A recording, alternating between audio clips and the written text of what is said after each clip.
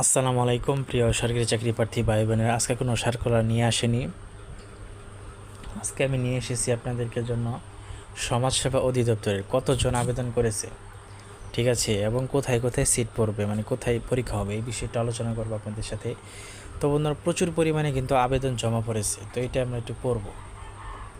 তো বিষয়, সমাজসেবা অধিদপ্তরের অধীন 13 থেকে 20তম গ্রেডভুক্ত পর্যন্ত সর্বমোট 1485 পদে শূন্যপদে জনবল নিয়োগের নিমিত্ত উপজেলা ভিত্তিক ও বিভাগ ভিত্তিক সক্ষমতার কেন্দ্র আসন সংখ্যা তথ্য প্রেরণ।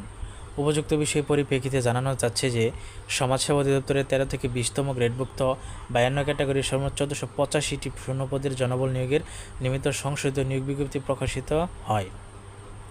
টেলিটক থেকে প্রাপ্ত তথ্য অনুযায়ী চাকরি প্রার্থীর সংখ্যা 21,23,67 জন।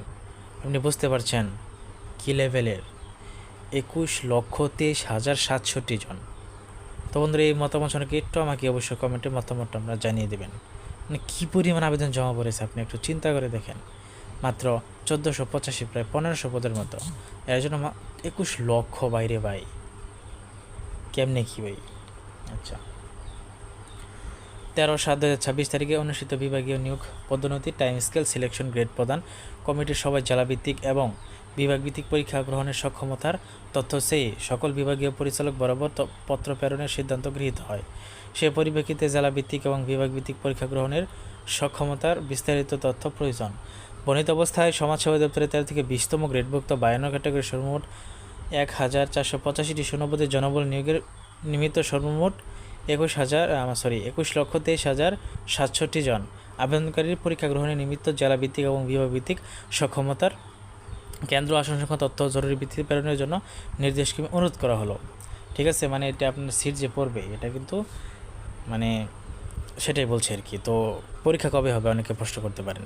তো পরীক্ষা কবে হবে, এটা হচ্ছে আপনার সামনের মাসের সামনের আগস্ট মাসে পরীক্ষা কিন্তু শুরু হয়ে যাবে, ধাপে ধাপে পরীক্ষা হবে। ঠিক আছে, আগস্ট মাসে কিন্তু পরীক্ষা হবে।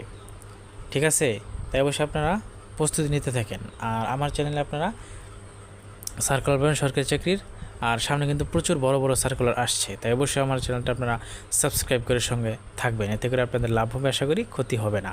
ঠিক আছে, তো বন্ধুরা, কোনো কিছু জানা থাকলে আমাকে কমেন্টে জানাতে পারেন, এবং আরও সার্কুলার আছে আমার চ্যানেলে, আপনারা দেখে নিতে পারেন।